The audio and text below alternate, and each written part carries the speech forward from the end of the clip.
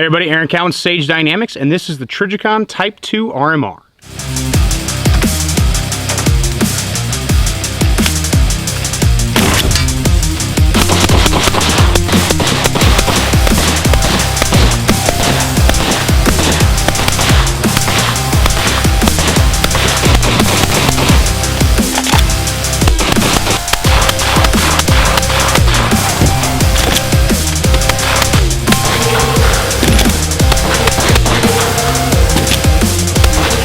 Type 2 RMR has been rumored for a while. There are all kinds of different crazy rumors, bigger window, top battery access, different footprint, which was a huge fear because a lot of people have their guns milled specifically for the RMR's footprint. But it was none of those things. It is an improved version of the original RMR, the Type 1, if you will. Now there's Type 2 we call the original Type 1. It is not another offering, it is a replacement for the Type 1, and it specifically addresses problems that the RMR, the Type 1 RMR, experienced when people put it on a handgun. Because it's my understanding that Trijicon never really envisioned or intended for the RMR to find its way onto a handgun. Handguns present unique problems for optics, the biggest one being that reciprocation. That reciprocation of the slide can wreak havoc on electronics, especially if they weren't intended to be mounted on a reciprocating device. Now, if you know me, you know I'm a huge proponent of red dot sights on handguns. They are the way of the future. They are the future, they are the now. This is the best way to accurately shoot a handgun.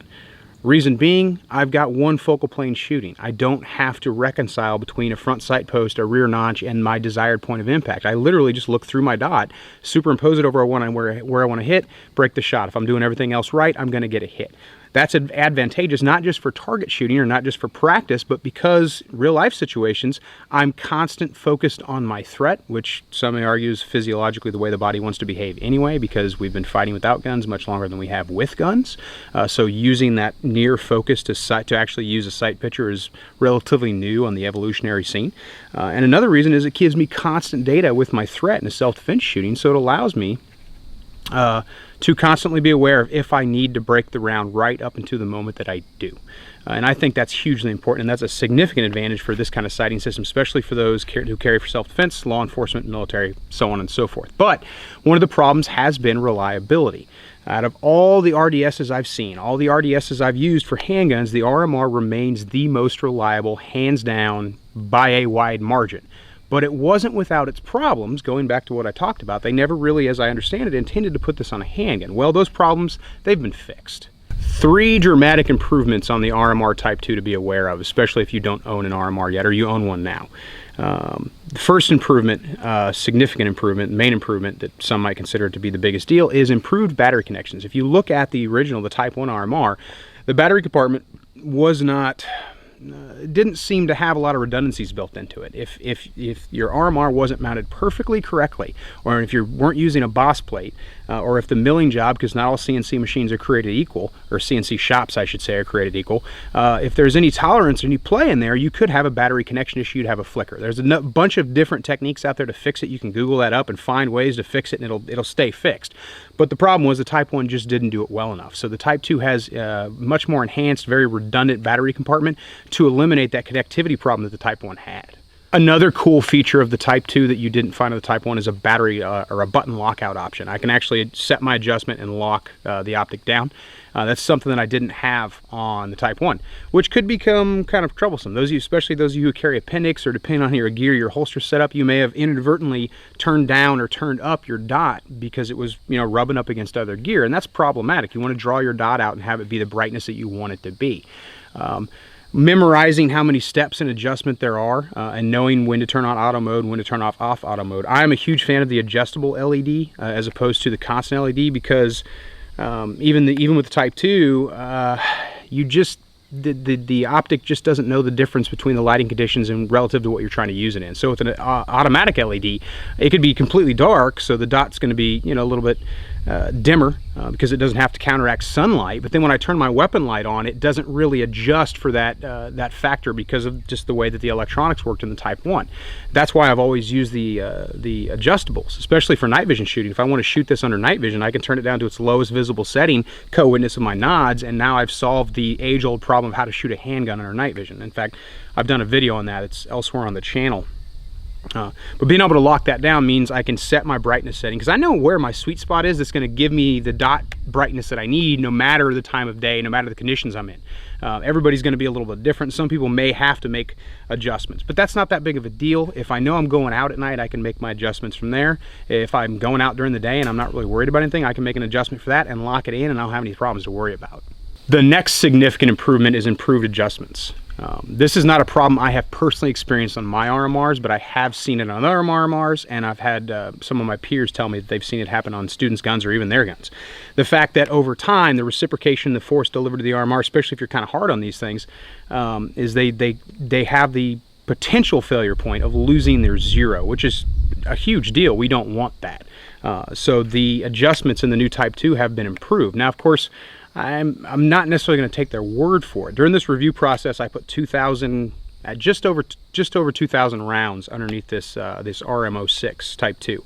Now, granted, that's not a super accelerated life cycle, but it is a pretty decent round count. Of course, I also use my RMR as a manipulation device. I can use it to work my slide, and you know, single arm or wounded arm drills or what have you. I can actually rack it off of objects, use it to clear malfunctions, things like that. First thing I did once I'd gotten comfortable with the zero that I had is I went ahead and I shot a 5-round group to show you where the RMR is currently hitting.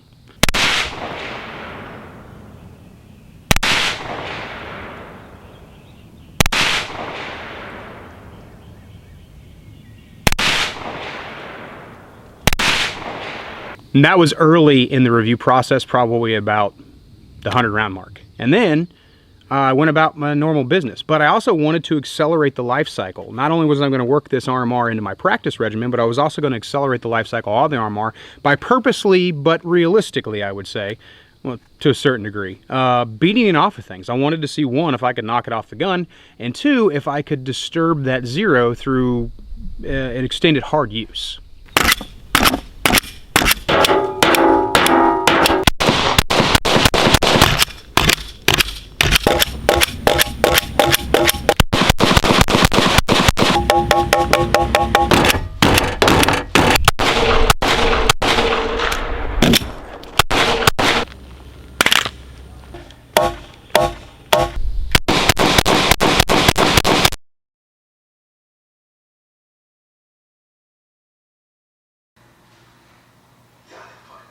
Try as I may, it's still on the gun. The only thing that's been added to the gun since then, we went ahead and threw a comp on, but that was the abuse that I put the RMR through, well, some of the abuse that I put the RMR through during the review process. Now let's see what my 5-round group looks like after all of that.